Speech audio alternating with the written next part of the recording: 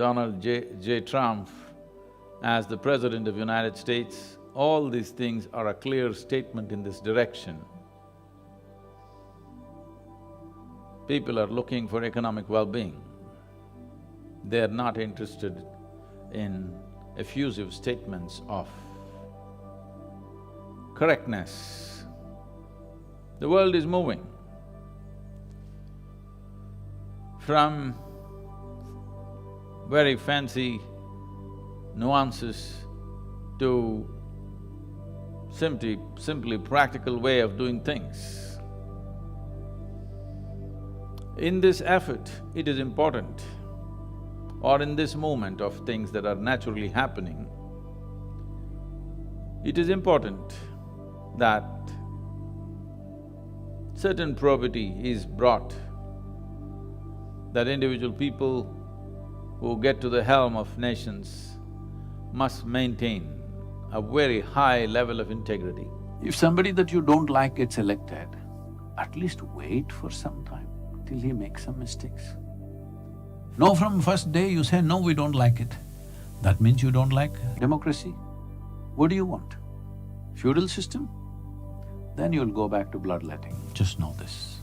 The moment you do not respect the will of the people, whatever that is, good or bad, then you will go back to the old ways. Old ways is, when we want to change power, we will have to kill a few hundred or few thousand people. Otherwise, power will not change, isn't it? From hand to hand, power is not going to change simply like that. Nobody is going to give away that power unless you slaughter enough people. But this is the best system we have that way, that we can actually change. We can actually change the man on the top just like that, because we wish so. But if others wished otherwise, and they empowered somebody that you don't like, you must bow down and you must build your number for the next election, not protest this one. This is very important. Unfortunately, across the world, everybody is losing their sense of what is democracy, and everybody is crying, it must happen my way, otherwise we won't accept it. Everywhere in the world you hear the same voice. Somewhere we are getting tired of democracy, we want a monarchy, we want a theocracy, we want a feudal system. You don't know the pain of that. Let's not go back there, okay?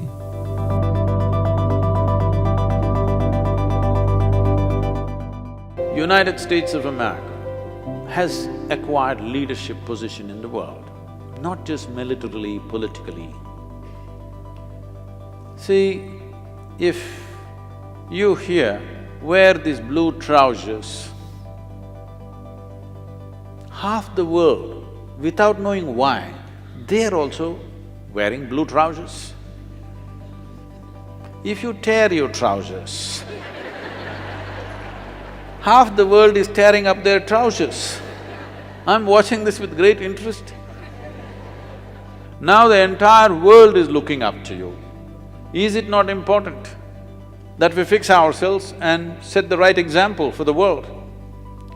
Today I'm telling you, in the rest of the world, for a whole lot of youth in the world, America means free-flowing alcohol. America means drugs on the street. America means living a freaky life. America means war.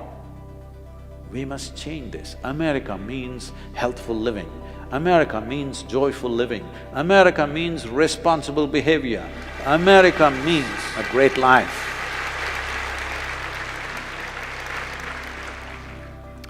Participating in the democratic process is not politics. It is the fundamental responsibility of being citizens of a nation. Democracy means, in Indian languages, in Tamil for example, it is called Jananayakam. That means it's the leadership of the people. Well, in this country, they have told you of the people, by the people, whatever. Yes, it is leadership of the people.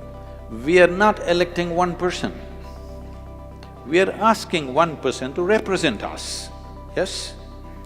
The question is not whether you elect this person or that person. Are they willing to make this commitment that we will not open up another theater of war? there are other ways of handling problems. Because even if you enter with your weaponry, with good intentions, the result that happens is neither good for you nor for anybody, it's just going on. I'm saying with the expertise of business, technology, engineering and schools that you've built here, you can go build across the world and make a business out of it too. Not all of it is charity. You don't have to give it away. Business today does not mean that I spend $10, I must get $15 or $20 next month. Let's leave this short-sighted nonsense. If we develop a humanity with a certain skill and talent and gratitude, the nation is made in future, isn't it? If everybody with the best talents want to come to United States, which is how this country has grown, this must continue. For this, you don't wait. You don't wait for those poor countries to develop talent and you steal them. You go there and develop the talent. Why can't you go there and develop the talent? Because I see not one American looks like the other. Obviously, you come from many different corners of the world. We can still continue that. Not just that, a time has come where national boundaries will not mean much in future because people are communicating across borders, technologies have unified nations. It doesn't mean anything. The boundaries that we built in the past does not mean anything. I want you to understand this. At one time when kings were ruling these different little countries, they always built big fortresses. Why did the fortresses become irrelevant? Suddenly because we started flying. When people could not fly, a fortress was all safety. But once they started flying, a fortress is a stupid thing because they'll anyway come and bomb you and you're trapped. The same thing today, national boundaries will not mean anything in future because we have technologies with which people are communicating everywhere. Now you're trying to put up cyber walls. What is needed is not cyber walls, we have to use our cerebral material to connect with the rest of the world and make the world ours. Not by conquest, but by love, by inclusion, by embrace. Please ask your leaders if they can do it. The first and foremost thing is, no new theaters of war must be opened. We have seen in our own lifetime.